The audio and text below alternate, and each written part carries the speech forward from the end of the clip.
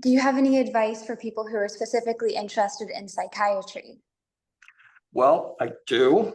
I would say I'm very biased. So there's different ways you can do mental health. So some of my colleagues are very good at talking to people and doing psychotherapy stuff, and they would have different advice, which make a lot of sense. But for what I do, I'm just so grateful that I got a chance to do neuroscience, some introductory neuroscience sequence when I was still a teenager. And I'm really grateful that I did take a year off between second and third year in med school and I started to get a taste of laboratory neuroscience.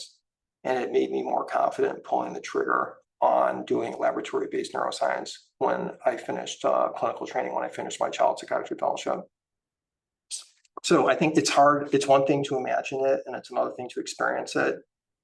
So I think it's just like once you're in it, you'll feel like how it feels. Like it's hard to imagine until you live it. And it's I don't know, I just think it's so informative to have those life experiences. And I think it's so fortunate you guys are in a Top Gun program where you have access to great didactic instruction, but you also have great access to labs, And so I would say it would be nice to take advantage of it. I'm biased, so I would say, it's really cool to look at something to look at laboratory-based stuff for a bit. Of course, I'm incredibly biased. So, because the brain is such a privileged organ and it's difficult to assess, I'm really biased, and I think it's so elegant and clean intellectually to go to more controlled models and think about animal models. So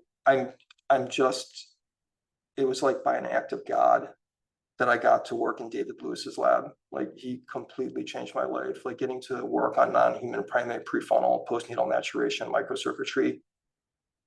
I just feel so lucky that I got my deep introduction into neuroscience in that arena, because I think it changes the way I do things. So like I'm giving a lecture in January for the annual card meeting,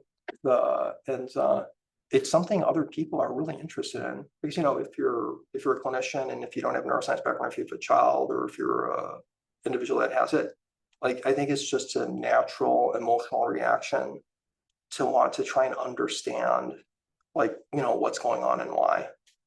And obviously the knowledge gives you power. Yeah. Absolutely. Oh my gosh.